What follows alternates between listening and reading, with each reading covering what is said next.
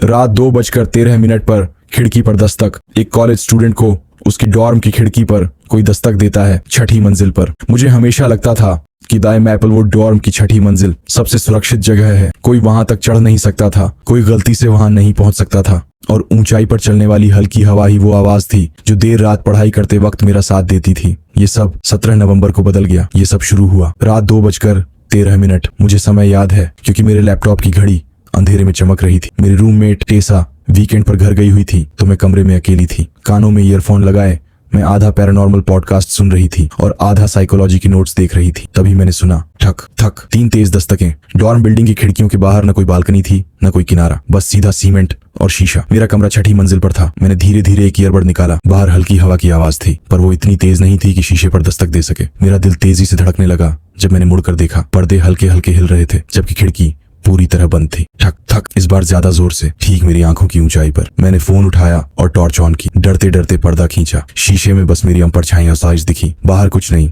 नीचे parking lot की हल्की पीली लाइट्स और घना अंधेरा। मैंने एक लंबी सांस छोड़ी। शायद पाइप्स की आवाज होगी, मैंने खुद से कहा। बिल्डिंग पुरानी थी, अजीब आवाजें आती रहती थीं। मैं फिर डेस्क पर बैठ गई। कुछ मिनट बीते, सन्नाटा। दिल धीरे धीरे शांत होने लगा। फिर एक धीमी एकल दस्तक, जैसे किसी ने उंगली से शीशे पर हल्का घसीट कर आखिर में थक किया हो। मैंने ये कल्पना नहीं की थी।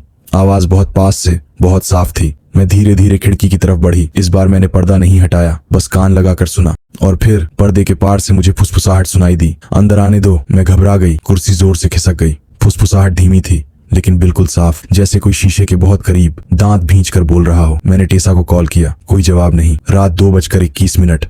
डॉर्म को मैसेज किया, कोई रिप्लाई नहीं। शायद रात में सो नहीं सकी। दस्तक 2 बार और हुई, फिर ठीक 3 बजे के बाद अचानक बंद हो गई। अगली सुबह मैंने अपने दोस्त मलिक को बताया। उसने मजाक उड़ाया कि मैं ज्यादा हॉरर सुन रही हूँ, लेकिन जैसे ही मैंने आवाज का जिक्र किया उसका चेहरा उतर गया।